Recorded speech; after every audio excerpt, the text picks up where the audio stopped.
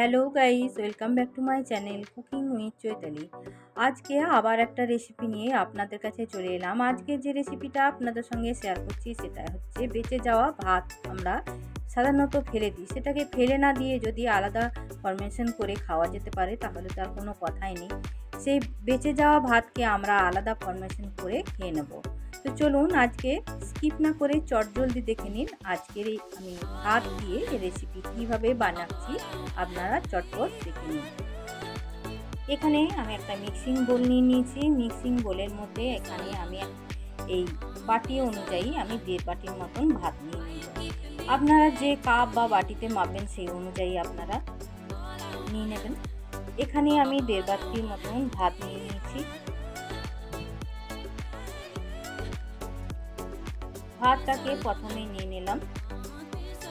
এরপর এর মধ্যে দিয়ে দেব হাফ কাপ বেসন আর হাফ কাপ সুজি।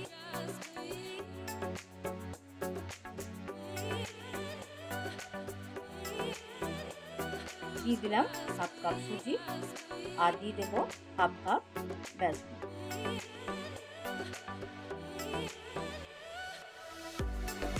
এখানে 1.5 বাটির মতন ভাতে আমি হাফ কাপ সুজি আর হাফ কাপ বেসন নিয়ে নিলাম।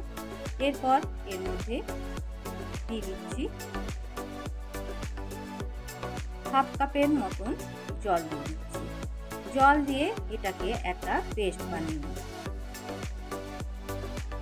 এটাকে একটা মিহি পেস্ট বানাতে হবে। তো চলুন আমি একটা মিহি পেস্ট বানিয়ে নিয়ে আসছি। এখানে আমি একটা বাটির মধ্যে এরপর পেস্টটাকে পুরো ঢেলে নিচ্ছি।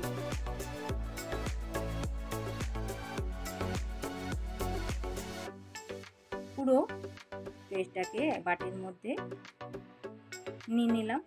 এটাকে একটা মিহি পেস্ট বানাতে হবে। এরপর হাফ চামচ নুন দিয়ে দেবো আর দিয়ে দিচ্ছি এর মধ্যে হাফ চামচ চিনি। চিনিটা যাদের পছন্দ না তারা স্কিপ করে নিতে পারেন। এখানে আমি হাফ চামচ নুন দিলাম আর হাফ চামচ চিনি দিয়ে দিচ্ছি। এরপর এর মধ্যে দিয়ে দিচ্ছি হাফ ইঞ্চি গ্রেট করা আদা আর 3 থেকে 4টে কুচানো লঙ্কা। এরপর এগুলোকে একসঙ্গে ভালো করে কিছুক্ষণ মিশিয়ে নেব আর দিয়ে দিলাম 1 পিঞ্চের মতন হিং। এরপর এগুলোকে একসঙ্গে ভালো করে চামচ দিয়ে এভাবে মিশিয়ে নিতে হবে।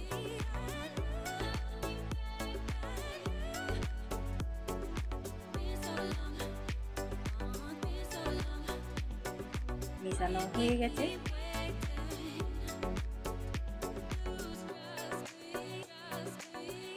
দেখুন মিশানো হয়ে গেছে। এরপর এর মধ্যে দিয়ে দেবো আমি হাফ চামচ বেকিং সোডা।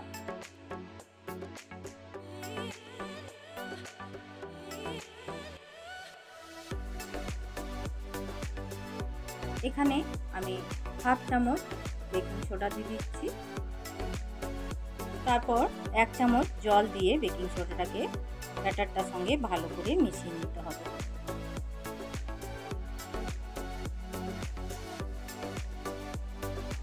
মিশানো হয়ে গেছে। এরপর এর মধ্যে দিয়ে দিচ্ছি 1 চামচ সাদা তেল। সাদা তেলটাকে দিয়ে আবারও ভালো করে মিশিয়ে নিতে হবে।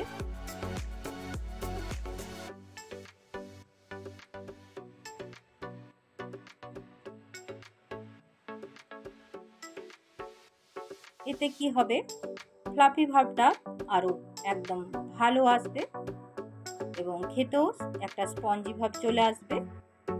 আমি তেলটাকে ভালো করে মিশিয়ে নিলাম। এরপর আমি একটা আলাদা পাত্র নিয়ে নিলাম। পাত্রটার মধ্যে এইভাবে একটু তেল ব্রাশিং করে নিচ্ছি। ভালো করে পাত্রটার মধ্যে তেলটা ব্রাশ করে নিতে হবে। এরপর যে ব্যাটারটা বানিয়েছিলাম পাত্রটির মধ্যে পুরোটাই নিয়ে নিচ্ছি।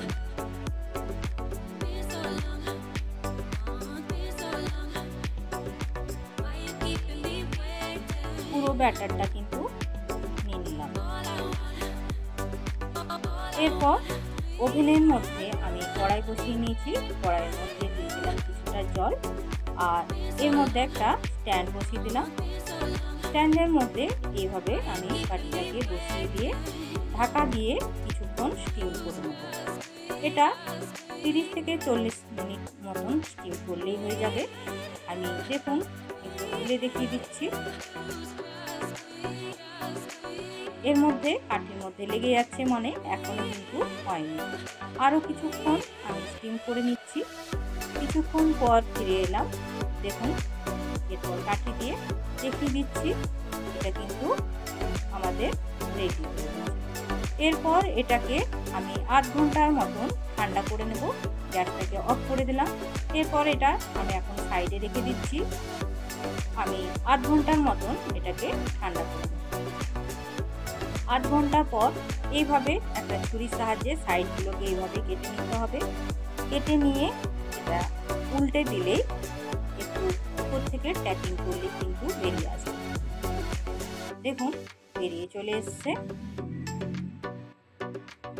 এরপর আমি একটা ছুরির সাহায্যে এটাকে পিস পিস করে কেটে নেব। এইভাবে চৌকো চৌকো করে আমি কেটে নিচ্ছি। আপনাদের সাইজ অনুযায়ী যে কোনো শেপে কেটে নিতে পারেন। আমি এইভাবে চৌকো চৌকো করে কেটে নিচ্ছি।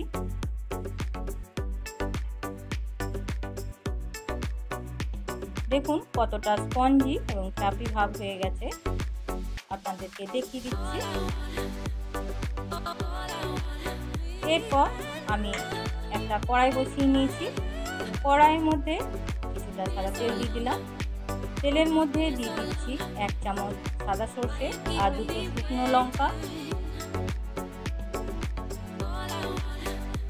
এটাকে একটু কিছুক্ষণ আমি ভেজে নেব।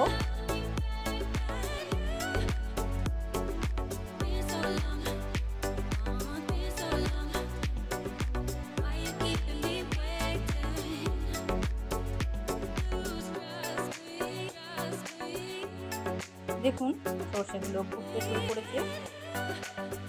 এরপর ওই তেলের মধ্যে দিয়ে দিচ্ছি 1/2 চামচেরও একটু কম হিং। এরপর একটু জাস্ট নেড়ে চেড়ে নিচ্ছি। এরপর এর মধ্যে দিয়ে দিচ্ছি কিছুটা কুচিয়ে রাখা ধনেপাতা। ধনেপাতাটা দিয়ে কিছুক্ষণ আমি তেলের সঙ্গে জাস্ট একটু নেড়ে চেড়ে নিচ্ছি।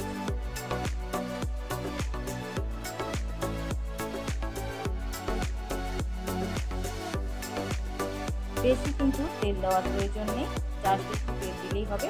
এরপর আমি যে কেটে রেখেছিলাম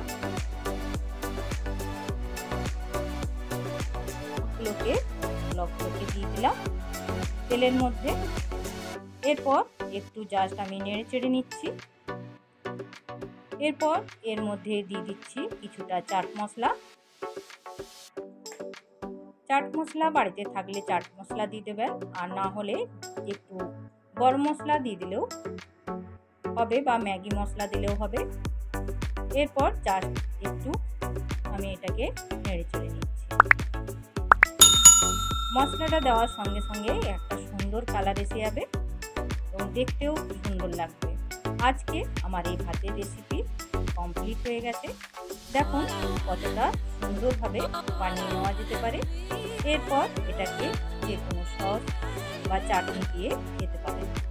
তো আজকে আমার এই ভাতের রেসিপি কেমন লাগলো কমেন্ট বক্সে অবশ্যই জানাবেন। আর নতুন বন্ধুদের কাছে আমার অনুরোধ রইল আমার চ্যানেলকে সাবস্ক্রাইব, লাইক, কমেন্ট আরও বেশি বেশি করে শেয়ার করার জন্য। আর পাশে থাকা বেল আইকনটি অতি অবশ্যই টিপে দেবেন, কারণ আরও নতুন নতুন রান্না দেখতে পারবেন। সুস্থ থাকবেন, ভালো থাকবেন। নমস্কার।